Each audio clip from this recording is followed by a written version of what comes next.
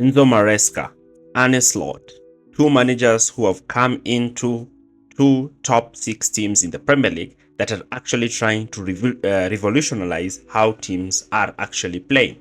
Both managers have started quite off well, with Arne Slot being top of the table.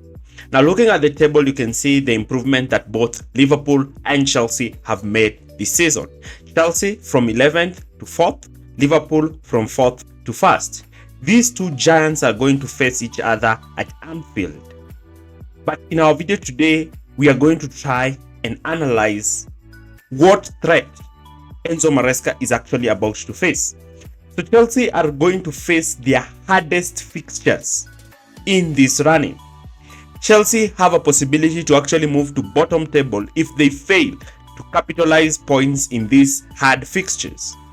Chelsea have an opportunity to showcase to everyone that they are better off than they were last season. So Chelsea will be traveling away to Anfield. A difficult game that is going to show Chelsea's maturity when facing one of the best teams. So in our video today, we analyze why Liverpool are so dominant this season. Do not forget to like, share, and subscribe. Guys, and we are back with our final part of Arne Slot Liverpool, and we are going to look at his tactical system when it comes to in possession. What are some of the changes that he has actually made from the Jurgen Klopp system? One of the key changes that we automatically see is the change in formations. So Arne Slot plays with something more like a 4-2-2 kind of formations that differs from Klopp's 4-3-3 formation. And when you look at this structure, you're able to understand how Liverpool are able to build from the back, how Liverpool are able to create problems for their opponent using this system. Now, last show, we looked at how Liverpool defend with the 4-2-4 and how this narrow front 4 system created a lot of problems for Manchester United that actually made them unable to stop Liverpool. Now, in our video today, we look at Liverpool's in possession structure. Now, when you look at Liverpool, the way they play this season, they like to bait the opponents to press them aggressively high.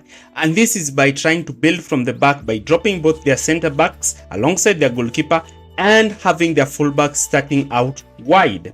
Now, there's some key differences between how Liverpool build this season and how they used to build under Jurgen Klopp. Now, under Jurgen Klopp, Liverpool wanted to move the ball high up the pitch in a faster way. But Arne Slot has decided to move into a more controlled approach kind of system by having his center backs stay on the ball so that they can draw opponents to press Liverpool at the back to create spaces high up the pitch, especially capitalizing on the pace of Luis Diaz and Salah. Another difference is that Slot does not start his fullbacks high and wide, but rather starts them wide but deeper, allowing them to also be passing options to center backs and their goalkeeper, also dropping both of the double pivot deep, so that Liverpool can have as many as 4 players during build-up. Looking at this clip, you can see the position of the goalkeeper, the centre-backs on either side of the goalkeeper, the full-backs who are playing very wide but as well deeper closer to the centre-backs, and the two holding midfielders playing in a staggered system. Now, the main reason of this kind of structure is so that you can have as many as 7 players on the ball so that you can bait the opponent, and once you bait the opponent, you'll always have a passing outlet. Most likely, and a better passing outlet is the pass towards the fullback, who in turn can run with the ball at space because the winger has tied the opposition fullback deeper. Now, I want us to see this clip how Liverpool and create those artificial transition moments. Now, when you look at this structure, Liverpool automatically have 7 men when they have the ball. Now, the opponent will have to commit as many as 6 players, the entire midfield and the entire front line.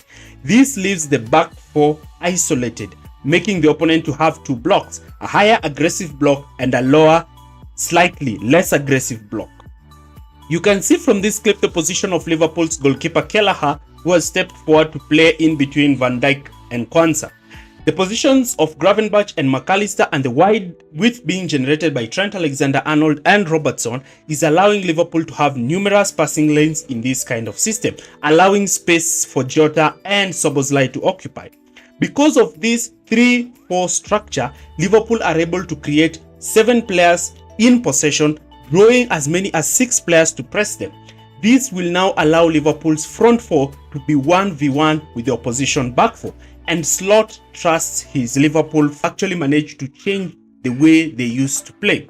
Now, the main aim of this system is so that they can draw opponents to press them.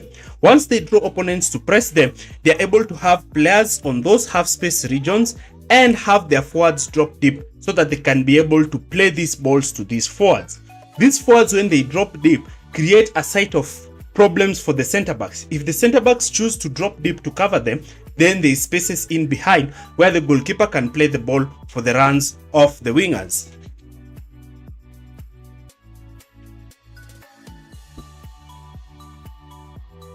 You can see from this clip the position of Szoboszlai and the position of Diogo Jota. Them dropping deep in this position allows them to actually receive the ball directly from the goalkeeper and look to transition forward.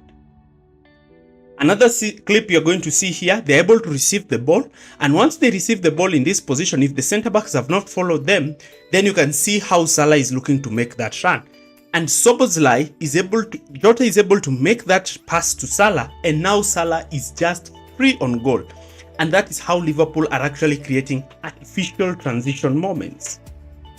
And because of this structure and this strength that Liverpool have to play players in behind, this has really made it difficult for opponents to know how to stop them. Arne Slot is employing something that Roberto Di Zerbi actually employed at Brighton. That is, having a lot of players during build-up and then creating those artificial transition moments. And also to get this, if the opponents decide to use the fullbacks to cover these two players in field, then the quick switch play to the wide players is on. Something that we've seen Virgil van Dijk attempt this season, with the pass to Salah remaining constant. And this is actually creating problems for opponents because they now don't know how to stop Liverpool. Majority of opponents have actually surrendered themselves to just try and sit deep and try to contain Liverpool from their own half. But again, Liverpool know how to break them down. And so how do Liverpool actually break them down? Now, Liverpool will break them down in a very systematic and conserved manner, in that Liverpool will be very patient with the ball, and their main aim will be trying to look to try and control possession by either dropping their wingers in midfield to receive the ball directly from their centre back, something that we've seen Liverpool attempt to do, with Luis Diaz maybe coming short, pulling a fullback out of position and looking to switch the ball onto the other side when Salah looks to make that run in the half space, allowing Trent Alexander-Arnold to have that overlapping role that he used to have under Jurgen Klopp. Now, because of this structure that Liverpool have when they're looking to try to build from the back, they're able to have many players attacking the byline and actually get the best from the crosses they actually look to generate. Another thing you will notice is that Liverpool will form a back three with Andrew Robertson looking to tack deep, and this allows them to have numerical advantages over a front two, allowing Robertson and Konate the license to carry the ball forward and look to actually play direct balls to Luis Diaz.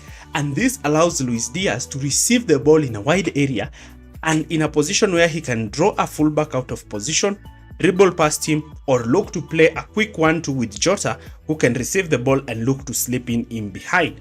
And that is why we've seen a sudden increase in the number of output of goals and assists that Luis Diaz has had in pre-season as well as in the earlier stages of the league. Mohamed Salah's position of looking to cut in has also improved. Now we are seeing Salah occupying positions where he can actually occupy that right half space position, allowing Trent Alexander-Arnold to do another thing that he used to do under Jurgen Klopp, and that is looking to overlap. And we have seen the number of crosses and the number of times Trent Alexander-Arnold has found himself in this wide position actually increase in the league, showcasing how Liverpool are actually improving from where they were last season.